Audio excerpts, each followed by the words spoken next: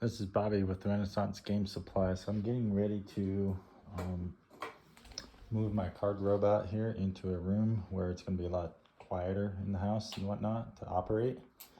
Also gives me a chance to just kind of rewire some things on this that I wasn't really satisfied with from the factory. And what I mean is this. So the Ethernet connection plugs directly into the Pi adapter, and you can't really do anything with it without physically disconnecting the opposite end. And then, I mean, as you see, you always got cords hanging out of it. I never really liked that, because if I need to move it, I don't want to sit there and have to keep redoing cabling all the time. So what I've done is I've made up myself a nice little jack to RJ45 conversion, and this is going to plug in on the Pi side here, and then I'm going to drill a small hole over here and square it off and actually stick this so it protrudes through the side of the panel. And the same thing with this little rocker switch. I'm going to put an on and off button on it because I don't like having to unplug the cord like it is right now and then plug it back in. I don't really like that.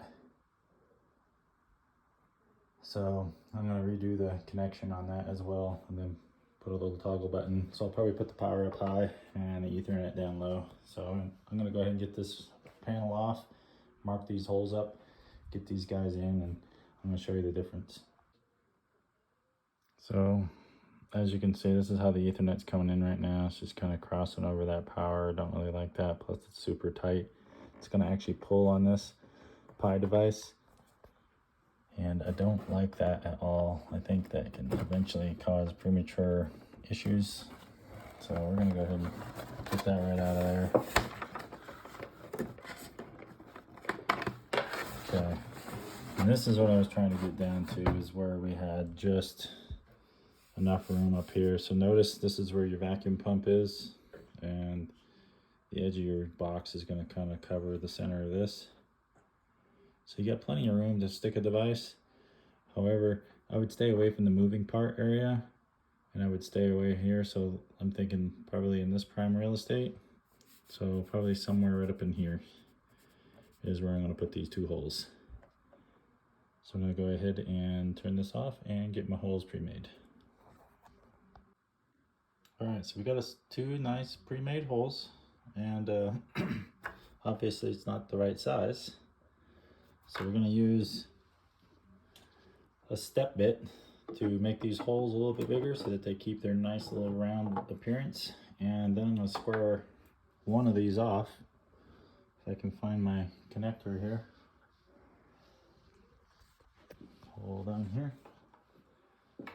Then we're going to square one of those off to match up. And basically what you're trying to do is you want the back tooth to connect and the back of that tooth for that bottom one.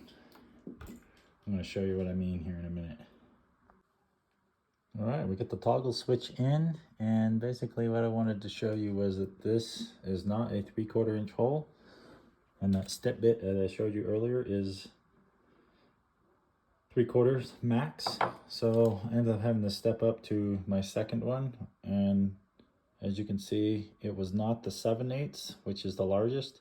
It's the second largest, which is 13/16. So once I step that up a little bit, this thing just snaps in beautifully.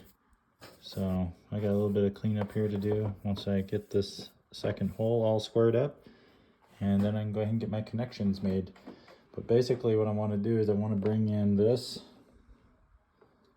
and split it up, bring it over to here, and then run the power out back to this, so that I can turn this on and off without having to unplug the cord every single time, because that just gets so annoying.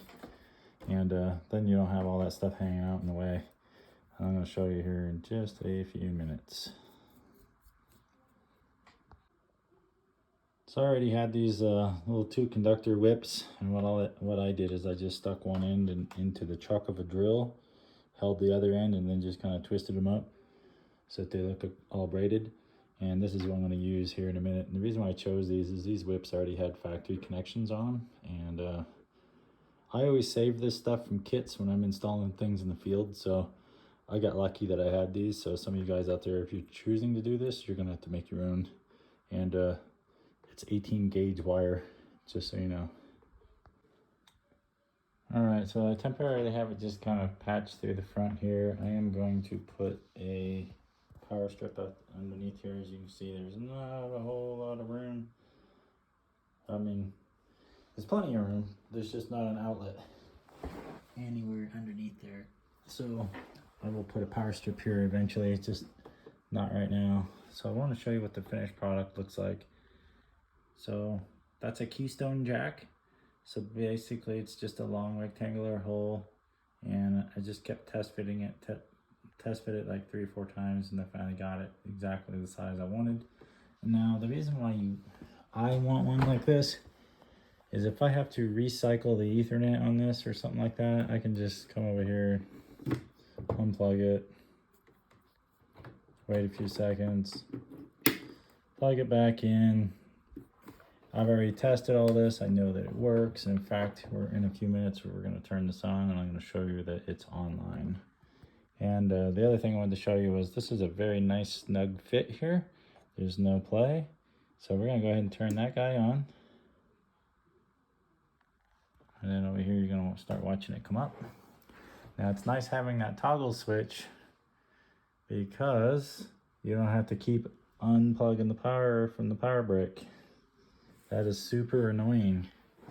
And this is a very cheap part. As you can see, here's the part number for it. So I got this off Amazon. You can pause it if you want, if you need to read that a little bit longer. So there's 8 in there.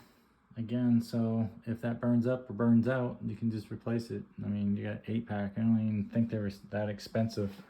So as you can see, it's checking, and it is now online. And it did update the firmware recently, because it was 5.3 the last time I looked. So at some point, they must have pushed out a firmware update. In fact, we can go to the system settings and just kind of verify. So check touchscreen and robot. That's where you can update your firmware. But let's get back to advanced logging. I don't really care about that at the moment. So we want to sort cards. That's why we bought this, right? So there we are. Oh, actually I did move this, and since I kind of moved it around, we're going to do the calibration real quick, the camera calibration, just to make sure. So we're going to go here, we're going to start calibrating. We just want to make sure everything's good, because it did have to physically move the robot. And we got to get this in the calibration pocket there. And before it's all said and done, I'm going to get these swapped out, these pockets here. I don't really care for these little powers. And then when I make this one, I'm actually going to highlight that one as calibration pocket or something like that for camera. See how it lines right up with it? And what we're looking for is we want to review images. Alright, so what I'm looking to do is, alright, so here you go. That's what the camera sees. And notice there's a lot of play right up on the side here. And you don't see nothing along the bottom. So we're gonna play around with that, because right now you can't even see the set symbol. You can't even see the set number. So we're gonna go to camera settings.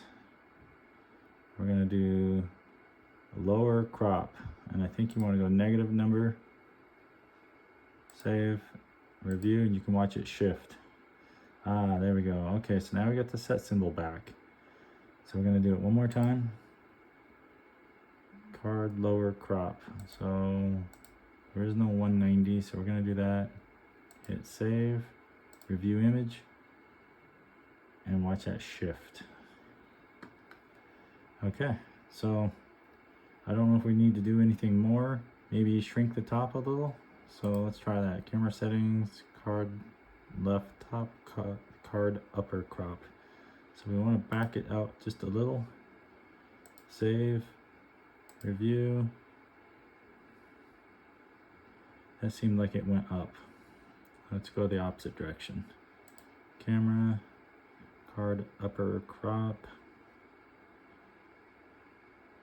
Let's go the opposite way, 405, save, review.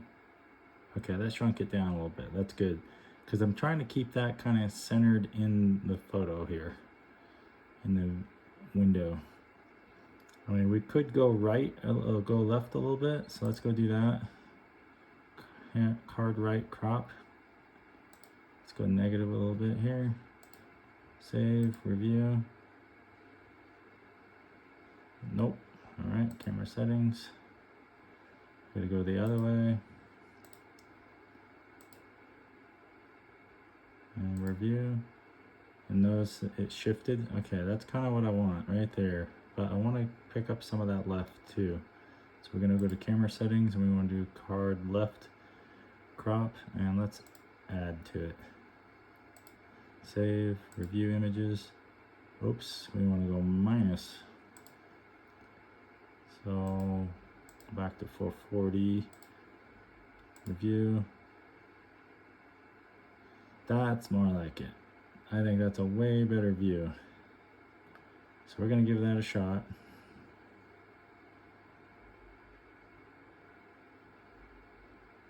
We're going to go ahead and get out of camera settings. Stop calibrating. It's going to go back to its home position. And it now is basically ready for us to start organizing. So here we're going to go to heavily played. I don't really care for the layer sort enable. It kind of sucks because it will actually mix your sets. So I like to disable that. Go to set, all sets, and one of the things I want to check on is make sure you have these at the bottoms of your piles, which I already do. Go ahead and take your calibration card out. And then we're going to send command.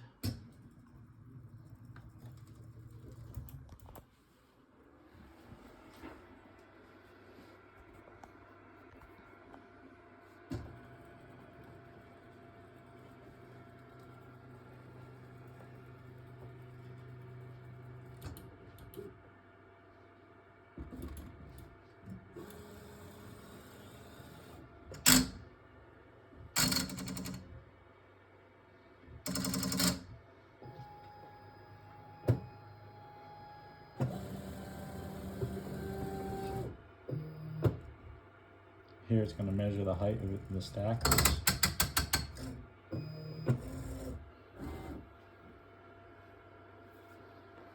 And over here you can actually see what the camera sees if you go to review images.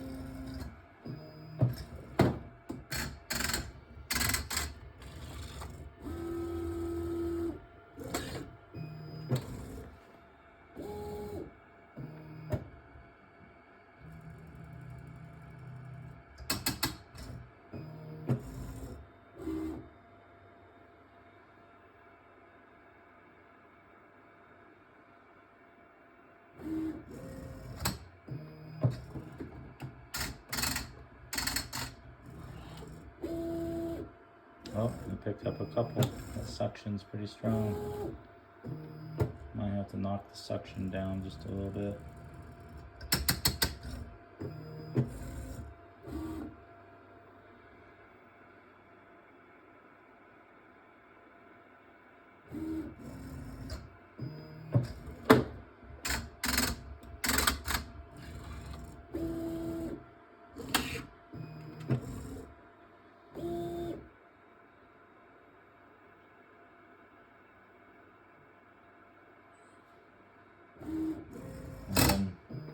We're going to leave this be and let this thing do its job here.